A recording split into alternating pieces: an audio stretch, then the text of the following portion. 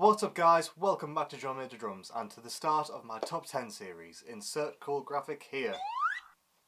To start us off, I'm going to be talking about 10 of my favourite albums. I've set myself some rules for this list because nothing screams fun more than enforcing boundaries in a creative situation, but they are as follows. Rule number 1, keep it interesting. I could fill this video with the most cliché, most influential albums of all time. But that's boring and I don't want to do that, so there's probably going to be some albums that you won't expect, so don't be disappointed if an album that you consider a classic is not in this list. Rule number 2, one album per band. I'll admit this list would probably look a little bit different if this rule wasn't in place, but having multiple albums by the same band is boring and I don't want to do that, so this list is going to have 10 albums from 10 different bands. Rule number 3, no best ofs. Yeah, okay, this one seems kind of obvious, but I thought I would chuck it in there anyway. Rule number 4, no live albums. This one kind of falls under the same category as the no best ofs rule, but I'd be much more likely to include a live album than a best of, and that's still cheating in my books, and I'm going to do a separate top 10 list on live albums, so there won't be any on this list. Rule number 5, have fun. Number 10, Ghost, Meliora. I'll admit when I first heard Ghost, I wasn't impressed. I'd heard a tiny snippet of their song Con Clavi Con Dio, and just assumed they were another satanic heavy metal band. How original. But after being forced to see them live at Download 2013, I realised that they weren't nearly as heavy as I thought they were, and they actually had some decent tunes. So after that I got massively into Ghost. I bought their first 2 albums and listened to them pretty much every day, and scared my Christian mother quite a bit in the process. Then, at the start of 2015, Ghost released their 3rd full-length album, Meliora, and it was an absolute belter. It became my favourite Ghost album pretty much straight away. This album to me is the best representation of Ghost's music. You've got heavier guitar-driven songs like Mummy Dust that sound close to Opus Eponymous' sound, as well as keyboard-heavy songs like Spirit that sound close to Infestus Humanis' sound. Then you've got songs like He Is that showed the band taking a new direction. But either way, all of it works insanely well. My favourites from this album are From the Pinnacle to the Pit, Absolution, and He Is. My least favourites from this album are Devil Church and Spokenat. That's because they're not songs, they're musical interludes. And I totally understand why they're on the album, and I wouldn't mind them at all if they bulked up, say, like a 10-track album to a 12-track album. But they don't. They bulk up an 8-track album to a 10-track album. And that kind of feels like cheating. Like, I don't mind the concept of Ghost doing instrumental songs, because they've done that before and since, and it works insanely well. But the ones that they have done are full-length songs, whereas the tracks on Meliora are both like a minute long, and that's just way too short. That's going to be the only album that'll have 2 least favourites, but I feel like I needed to make that point. It actually feels quite cathartic getting it out there. Number 9, The Staves, Dead and Born and Grown. I only came across the Staves earlier this year, but this album has already become one of my favourites. I was stood at work one day, being a very diligent worker, not paying attention to what music was playing, but then a song by the Staves came on.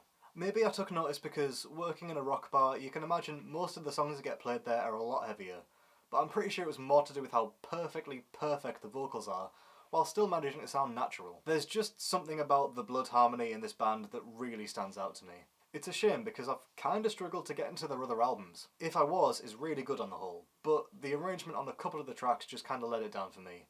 And then The Way Is Red just really isn't my kind of thing.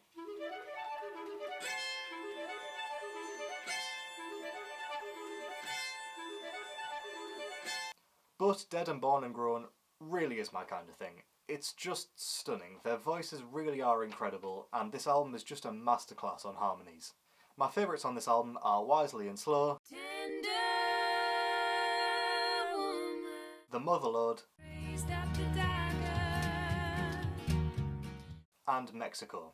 I dreamed about me. My least favourite on this album is Eagle Song.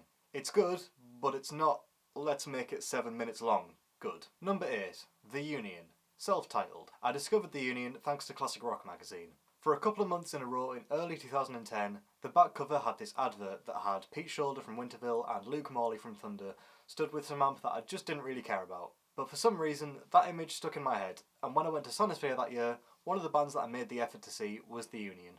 I think the other option at the time was going to see Slayer, so I definitely made the right choice.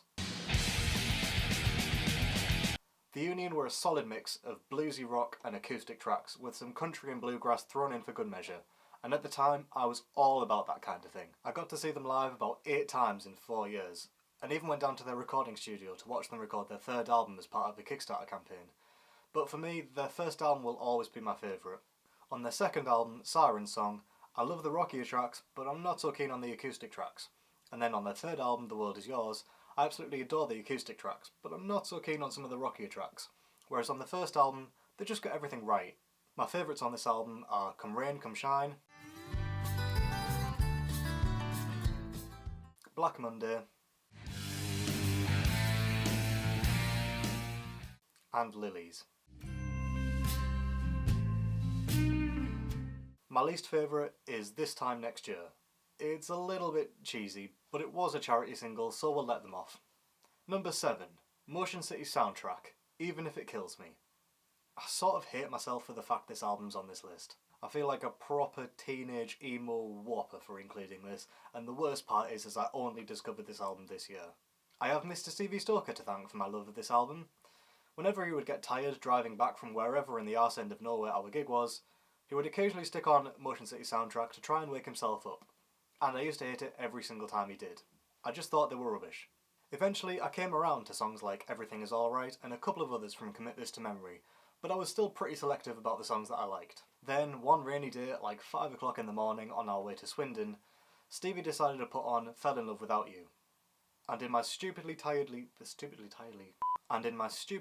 state, something clicked and I actually really liked it.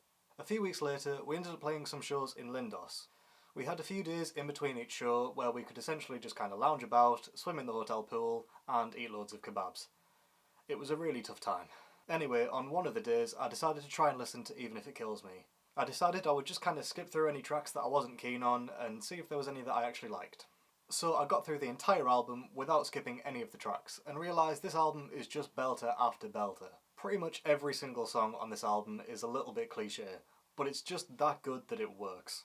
That kind of pop, rocky, alternative sound with their songwriting is just brilliant.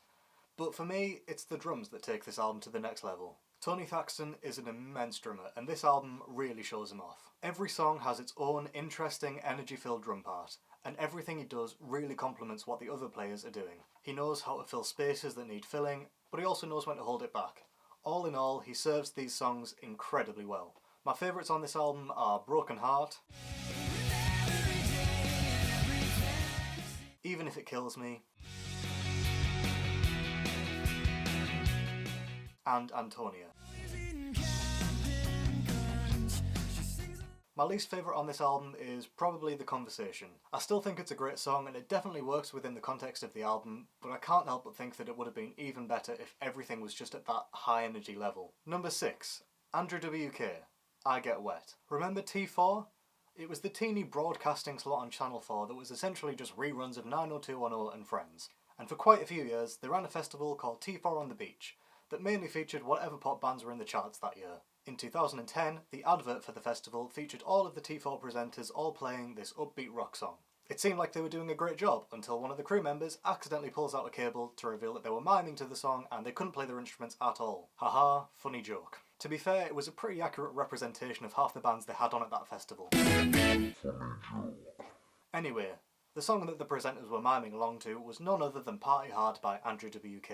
So because of that advert, I started listening to Party Hard on repeat. For some reason, I didn't bother listening to any of Andrew WK's other stuff, so it wasn't until maybe a year or so later that I actually listened to more of his music. But when I did, I absolutely loved it.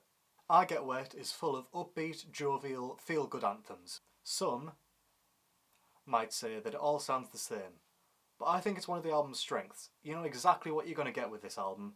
Half an hour of cheesy pop-rock goodness. It's an album that is unapologetically positive. My favourites on this album are I Get Wet, She Is Beautiful, and Ready to Die. My least favourite on this album, and this is purely because I have to pick one, is Got to Do It. I still think it's a great song, but I guess it doesn't really have the power that the rest of the songs on this album have. Number 5. Blue Man Group, The Complex. This album is one of the more special ones to me, and it's the album that I've loved the longest on this list. Back in about 2006, me and my family took a trip to London. On one of the many escalators in the underground was a poster for a show called Blue Man Group. My mum asked if I wanted to go and see it, knowing it was a show about drumming and stuff, but not totally lame like Stomp. And I said no. 10-year-old me took one look at that poster and decided he didn't want to be anywhere near where they were, which is understandable because they are quite intimidating. But it was something that from that point onwards I was always curious about. So at some point after getting back, I checked them out online and got massively into them. Then, in 2009, Blue Man Group did an arena tour in the UK, and my parents got me tickets to see the show in Newcastle. Seeing Blue Man Group live was weirdly life-changing for me. Even though I'd been watching their stuff on YouTube for the past few years, seeing the full live show was just immense. And I decided at that point that my absolute dream job was to be a blue man. And I'm really not ashamed to admit that it still is. And that feeling had sort of faded in the 9 years after seeing them live, but recently I got to see them in Berlin on the front row, and I felt exactly the same as I did when I was 13. I smiled from ear to ear the entire time. And me and Anna were given the canvas behind me, which was incredible, and incredibly difficult to get home. When I saw them back in 2009, the show was based around The Complex, which is a concept album that takes place partly at a rock concert and partly in the alienating world of the modern urban workplace. Yeah, I definitely didn't steal that one from Wikipedia. The contrast between these two worlds creates an interesting dynamic where you have songs that are just plain fun, like Time to Start and Your Attention, to some quite sad, thought-provoking songs like Persona and The Complex. I love the themes on this album, and I've always considered myself really lucky that so far I've not ended up doing some dead-end office job that I don't want to do, which is essentially what the song The Complex is about. All in all, this album will always be really special to me. It might seem like an odd one to have on this list, but it is one that means a lot to me. My favourites on this album are Above, Persona, and The Complex. My least favourite on this album is probably White Rabbit. I don't know, it's just a bit more average than the rest of it. Number 4. Pendulum, Immersion. Pendulum are quite an outlier in my musical taste. There's not really any similar bands that I enjoy, but there's something about Pendulum that I just find addictive. It's this weird blend between a genre that I love and a genre that I'm not so arsed about, but together it works incredibly well. And that's probably why it stands out to me so much, is because it's so different from what I normally listen to. I wasn't sure whether to choose In Silico or Immersion for this list, and when I first wrote it, In Silico was on the list instead. But the thing is, Immersion is just flawless. There's not a bad song on there. I can listen to Immersion from start to finish and I always forget how good it is. I do adore In Silico, and there's songs on In Silico that I probably prefer to songs on Immersion. But In Silico has one single song that I don't like as much as the rest of them, and that song is Midnight Runner. And so for that reason, I decided to swap out In Silico for Immersion on this list, because it's 5 tracks longer and it still manages to not have a bad song on there. And plus, I did see Pendulum 3 times on the Immersion touring cycle, and so I do get pretty nostalgic about it. My favourites on this album are Self vs. Self,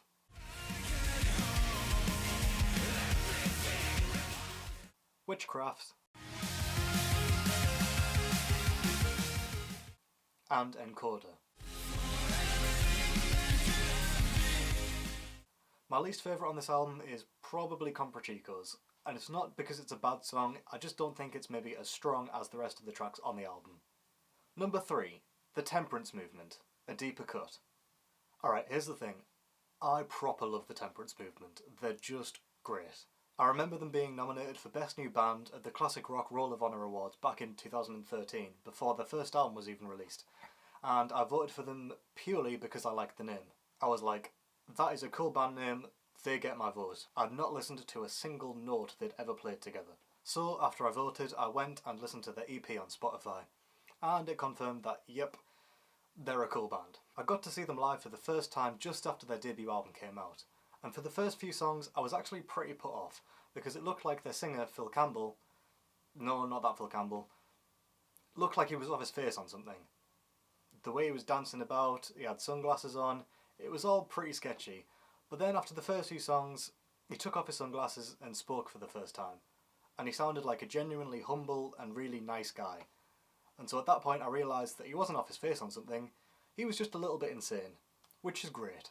I had a tough time choosing between their first album and A Deeper Cut to include on this list, but I think it was the first 6 seconds of the opening track on A Deeper Cut that swayed me.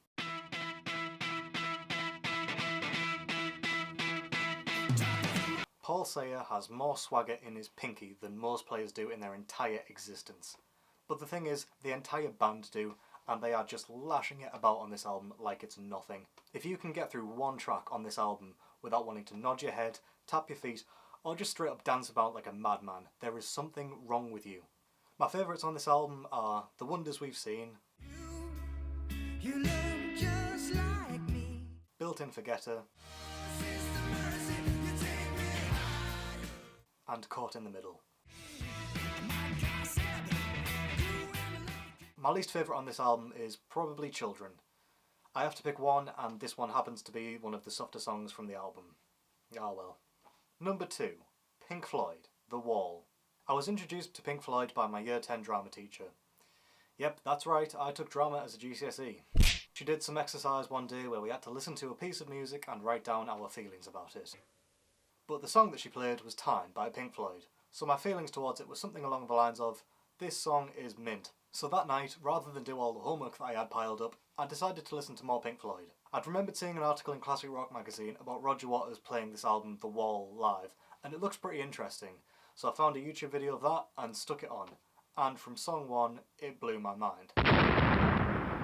It was this massive spectacle that featured a giant white wall that with the use of projectors was transformed into a screen that was used to tell the story of Pink, a character that was based on Roger Waters' life experiences. I pretty quickly became obsessed with the show and the album after that, and it became a huge life goal for me to see the show in the flesh. The problem was I discovered the album just after the tour had finished up in the UK. But nevertheless, I kept up to date with where it was, and in July of 2012, the tour finished up in Canada, and it looked like I would never get to see the show live. Aww. Until he announced it would be coming to Wembley Stadium in September of 2013. So, me and my dad got tickets the day they came on sale, and I began the nearly year-long wait to finally see the show. I think I listened to the album at least like once a week for that entire year, as well as watching the live videos whenever I could. So I mean, I pretty much knew the entire show off by heart. And then the time came to see the show live, and it was just ridiculous. The wall was like the width of the entire stadium, and I mean, Wembley Stadium is a pretty big stadium, so it looked insane. And even though it had been like nearly 2 years since I'd first got into the album, seeing it live just had me speechless. The Wall is a pretty angsty album, and I think me being a teenager when I got into it is part of the reason why I liked it so much. Instead of listening to My Chemical Romance and Panic at the Disco, I had The Wall as like my angry teenage album. It was the soundtrack to an important few years of my life, and for that reason it will always mean a lot to me. This one's a bit more difficult to pick favourites and least favourites considering the way the album's written, but I guess my favourite proper songs are Young Lust,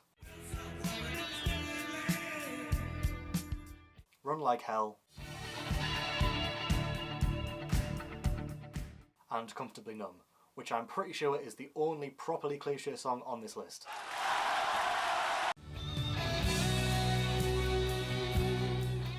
And I guess my least favourite on this album is, like, Vera. Sure, we'll go with that. So before we get to number 1, I thought we'd chuck in some honourable mentions. These are the albums that didn't make the list for whatever reason.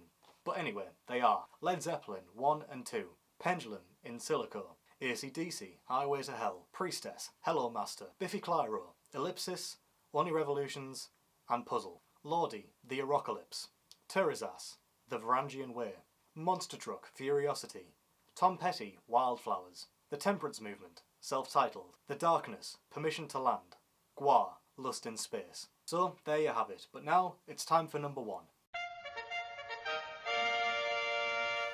Number 1, Biffy Clyro, Opposites.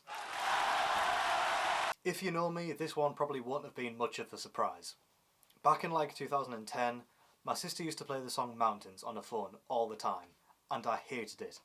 I hated that they used odd time signatures, I hated how Scottish they were, and essentially, because my sister liked it, it kinda meant I had to think it was rubbish. And I maintained that opinion for quite a few years, without actually listening to anything else they'd ever written. But then, a certain Mr. Stevie Stoker kept banging on about them and about this song Different People. So eventually he played the track, and I instantly felt different.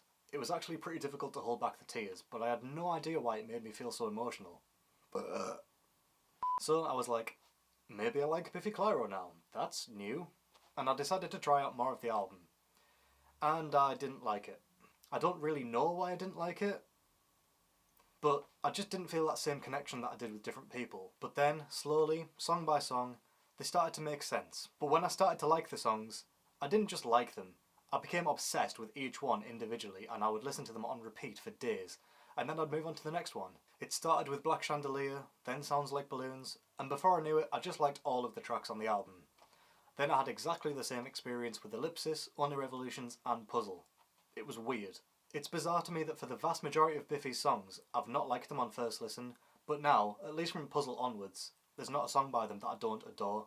And to be fair, the first 3 albums are growing on me. But Opposites will always be that special album to me, because it's the first one that I listened to. And it's also 20 tracks long. And the B-sides are also mint on it as well. My favourites on this album are Different People, Biblical, and Spanish Radio. My least favourite is The Fog. I'm just not a fan. Biffy Clyro, I'm just not a fan. When you listen to this track, it would be pretty easy to think that they decided to release a double album and then maybe realised that they just didn't have enough songs, and so decided to put this kind of filler track on there. But then they released Similarities, which has all the B-sides from this album on it, and it is full to the brim of amazing songs. So while I understand that The Fog is more of an album track and it definitely has its purpose on the album, I just think there's a few songs from Similarities that could have, and maybe should have, made the cut. That being said, I really do think that Opposites is a flawless listening experience, and I really do adore it, but even flawless can be improved on. So, there you have it, my top 10 albums as of right now that aren't too cliché. If you do want to have a if you do want to have a proper listen to any of the albums that I've mentioned, I've created a playlist on Spotify that features all of my favourite songs from all of these albums, plus a few more songs for good measure. I've linked it in the description, so feel free to have a listen, and I'll see you next time. Take it easy, bye bye!